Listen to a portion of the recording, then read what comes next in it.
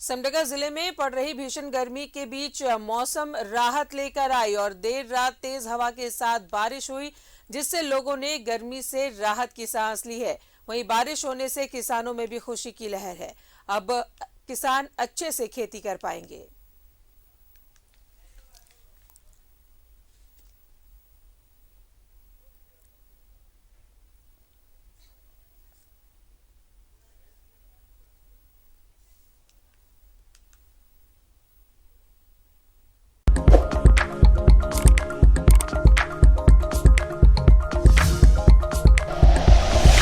Like and share videos, subscribe करें हमारा channel और प्रेस करें बेल आइकॉन। न्यूज़ 11 भारत, सच है तो दिखेगा।